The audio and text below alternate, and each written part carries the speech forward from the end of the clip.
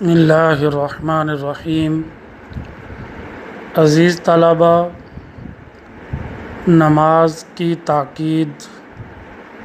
اور نماز کے فوائد پڑھتے ہوئے ہم یہاں پہنچے تھے کہ نماز پڑھنے کا ایک فائدہ یہ ہے کہ بے نمازی جب نمازیوں کو نماز پڑھتے اور آتے جاتے مسجد میں دیکھ کر تو ان کے اندر بھی ترغیب، شوق پیدا ہوتا ہے اور تحریص،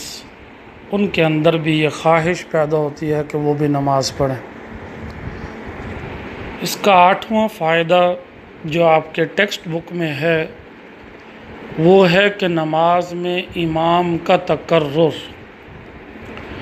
تقرر کا معنی ہے مقرر کرنا، قائم کرنا۔ جب ہم کسی کو امام بنا کر اس کے پیچھے نماز پڑھتے ہیں، اس کی پیروی کرتے ہیں، پیروی کا معنی پیچھے کھڑے ہوتے ہیں، تو یہ پیروی کرنا اجتماعی نظم و ضبط کا شعور پیدا کرتی ہے۔ یعنی یہ فائدہ دیتی ہے کہ ہم بحیثیت مسلمان تمام تر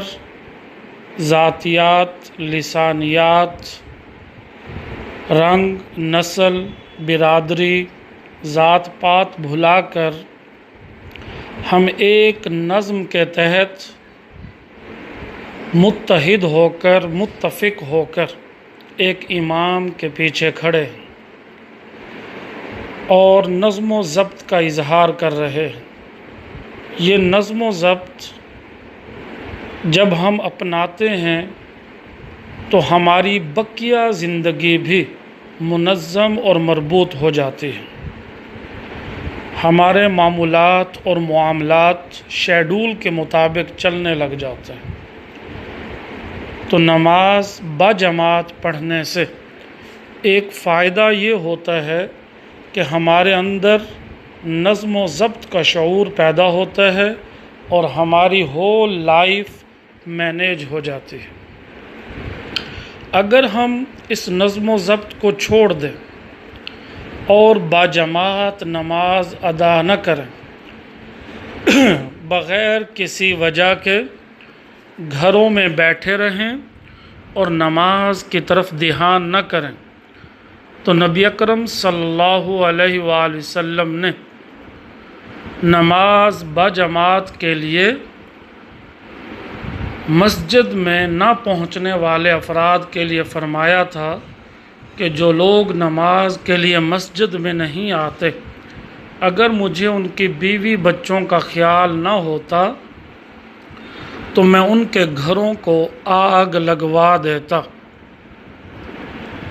یہ لمحہ فکریہ ہے۔ ڈیئر اسٹوڈنٹس، یہ سوچنا ہے ہم نے، خاص طور پر یہ بات میل افراد کے لیے کی گئی ہے کہ وہ نوجوان، وہ انسان جو نماز کے لیے باجماعت مسجد میں آنے کی کوشش نہیں کرتے، تو رسول اکرم صلی اللہ علیہ وآلہ وسلم کو یہ عمل سخت ناپسند ہے، اور اس کی ناپسندیدگی اس حد تک بیان فرما دی کہ میں ان کے گھروں کو آگ لگوا دیتا۔ تو ذرا سوچئے کہ آگ لگنے کے بعد گھر کی تمام تر پراپرٹی اور اس میں بسنے والے انسانوں کا کیا حال ہوتا۔ تو ذرا اس بات کو مد نظر رکھ کر جب بے نمازی نماز کے عمل کو ترک کرتا ہے، قرآن کے مطابق وہ مشرکین میں سے ہو جائے گا۔ حدیث کے مطابق جان بوجھ کر نماز کے عمل کو چھوڑنے والا، اس نے کفر کیا، تو حالت کفر اور حالت شرک یہ ہمیں جہنم میں لے جائے گی۔ تو اس سے بچنے کا واحد طریقہ یہ ہے کہ ہم نماز کے عمل کو بھی جاری کریں اور نماز کے عمل میں ہم باجماعت نماز کی بھرپور کوشش کریں تاکہ ہمیں جہاں دنیاوی فائدہ ہونا ہے، نظم و ضبط کا شعور پیدا ہونا ہے، وہاں ہم اللہ کے حضور جواب دہی کے تصور سے بچ سکیں، ہم جہنم جیسے عذاب سے بچ سکیں۔ اس طرح نماز کے یہ فوائد ہمیں مادی دنیا میں بھی اللہ کی طرف سے انعام کے طور پر ملے ہیں، اور یہی نماز کے اعمال اور اللہ کے احکام کی تعمیل قبر کی زندگی کو بھی آسان بنا دیں گے اور میدان حشر میں ہمیں رسوائی سے بچا لیں گے۔ آج کی دنیا میں ہم دیکھتے ہیں کہ اکثر لوگ نماز پڑھتے ہیں، لیکن نماز پڑھنے کے باوجود وہ برائی، بے حیائی، گناہ سے نہیں بچتے، ان کے اندر کوئی نظم و ضبط نہیں ہوتا، ان کے اندر کوئی عملی مساوات نہیں ہوتی، ان کے اندر امیر اور غریب کے امتیازات ختم نہیں ہوتے۔ یہ جو درج بالا اوپر ہم نے یہ جو فوائد پڑھے ہیں، متذکرہ ذکر کیے گئے، وہ فوائد آج ہمیں کیوں حاصل نہیں ہوتے؟ تو غور فرمائیے، اس کی وجوہات یہ ہیں کہ ہم میں سے کتنے افراد ہیں جو نماز کا عمل تو جاری رکھتے ہیں، نماز کو باقاعدگی سے ادا کرتے ہیں، لیکن اس کے کلمات یعنی نماز کے اندر پڑھے جانے والے کلمات کا معنی اور مفہوم جانتے ہیں؟ الا ماشاء اللہ بہت کم تعداد ہوگی کہ جو نماز میں پڑھے جانے والے کلمات ہیں ان سے بالکل ہم ناآشنا اور نابلد، بلکہ اکثریت کا تو یہ حال ہے کہ ان کلمات کی ادائیگی بھی درست نہیں ہوتی، جیسا کہ ان کلمات کی ادائیگی کرنے کا حق ہے۔ اوراد ورد کی جمع ہے، بار بار کلمات کو دہرانا اوراد کہلاتا ہے۔ ہم بار بار رب کے حضور کھڑے ہو کر سبحان ربی العظیم، سبحان ربی الاعلی، التحیات للہ والصلوات، سمع اللہ لمن حمدہ، یہ بار بار پڑھتے ہیں، لیکن بار بار پڑھنے کے باوجود ہم یہ نہیں جان پاتے کہ ہم اپنے رب سے مانگ کیا رہے ہیں۔ جیسے صراط الذین انعمت علیہم، اے اللہ ہمیں ان لوگوں کا راستہ دکھا جن پر تو نے انعام کیا، ہمیں ان لوگوں سے بچا جن پر تو نے غضب کیا۔ لیکن ہم اس معنی اور مفہوم سے جب آشنا نہیں ہوتے تو اس کا نقصان یہ ہوتا ہے کہ نماز تو ہو رہی ہوتی ہے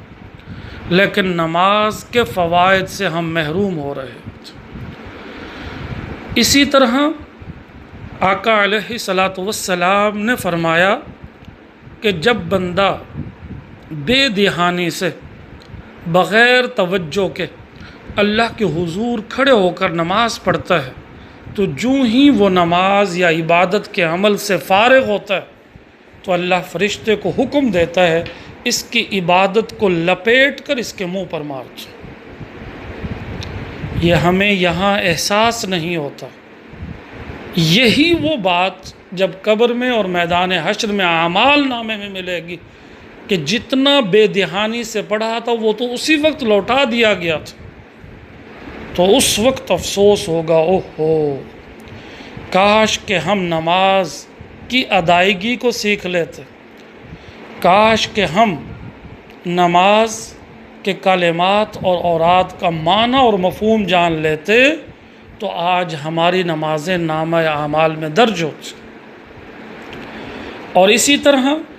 دوسرا کیا ہوتا ہے کہ ابھی ہم اللہ اکبر کہتے ہیں اور اللہ اکبر کہتے ہی ہمیں دنیا کے حساب و کتاب یاد آ جاتے ہیں،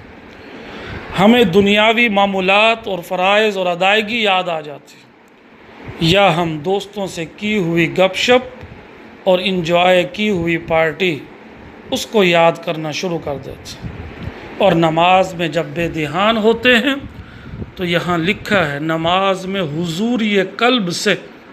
قلب کے حاضر ہونے سے، دل کے حاضر ہونے سے، ہم میں سے کتنے لوگ ہیں جو بہرہ مند ہیں، اللہ کے حضور اپنے دل کو حاضر کر کے کھڑا ہوتے ہیں۔ آپ صلی اللہ علیہ وآلہ وسلم ایک دفعہ اپنے ایک صحابی کے ساتھ گزرے، دیکھا ایک شخص مسجد میں نماز پڑھ رہا ہے، لیکن وہ نماز بھی پڑھ رہا ہے لیکن ساتھ ہی